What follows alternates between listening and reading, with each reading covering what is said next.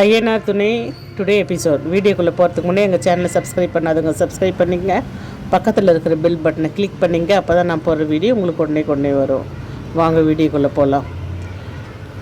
ரூமில் சோழனும் நிலாவும் உட்காந்து பேசிகிட்டு இருக்காங்க. அப்போது சோழன் உங்களுடைய லட்சியம் என்ன அப்படின்னு சொல்கிறாங்க. அப்படின்னாங்க, இல்லை இந்த மாதிரி நான் இருக்கணும், இந்த மாதிரி இருக்கணும் அப்படின்ட்டு ஒரு லட்சியம் இருக்கும்ல.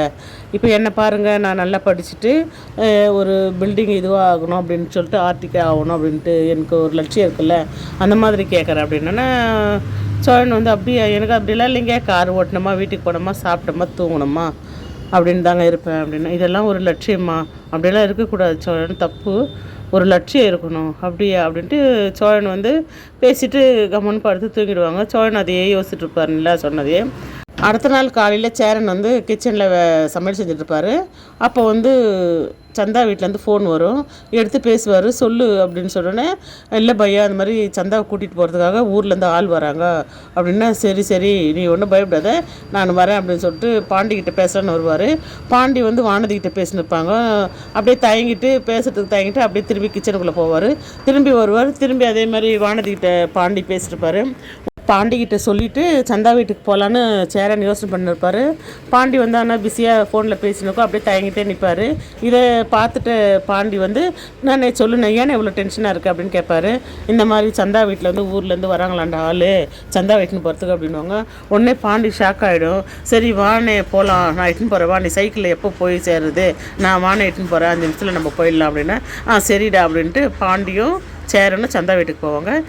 வெளியே பல்லவன் நின்றுருப்பார். அண்ணே எதனா எனக்கு ஃபோன் பண்ணுனே அப்படின்னு சொல்லுவார். சரிடா அப்படின்னு சொல்லிட்டு பாண்டி சொல்லுவார். இங்கே ஹோட்டலில் காமிக்கிறாங்க. நிலா ரெடி ஆகிட்டு துணிங்கெல்லாம் மடித்து வச்சிட்ருப்பாங்க.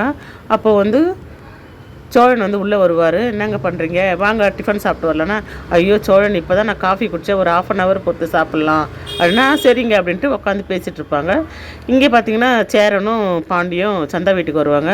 அப்போ பார்த்தீங்கன்னா சந்தா ரொம்ப அழுதுட்டுருப்பாங்க.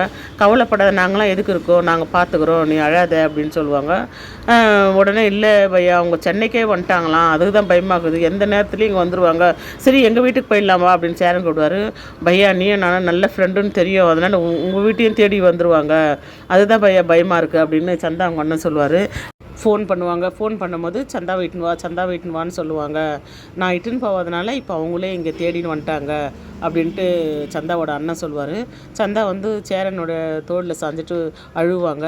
கவலைப்படாத, நான் இருக்கிறேன்ல, நம்ம பார்த்துக்கலாம், விடு, உன்னை அப்படி ஒன்றும் விட்டுற மாட்டோம் அப்படின்ட்டு சமாதானப்படுத்துவார். இதெல்லாம் பார்த்துட்டு இருக்கிற பாண்டி என்ன செய்யுதுன்னு தெரியாமல் முடிச்சுட்டு இருப்பார். இதோட இந்த எபிசோட் முடிச்சிருக்காங்க. பாய். நாளைக்கு பார்க்கலாம்.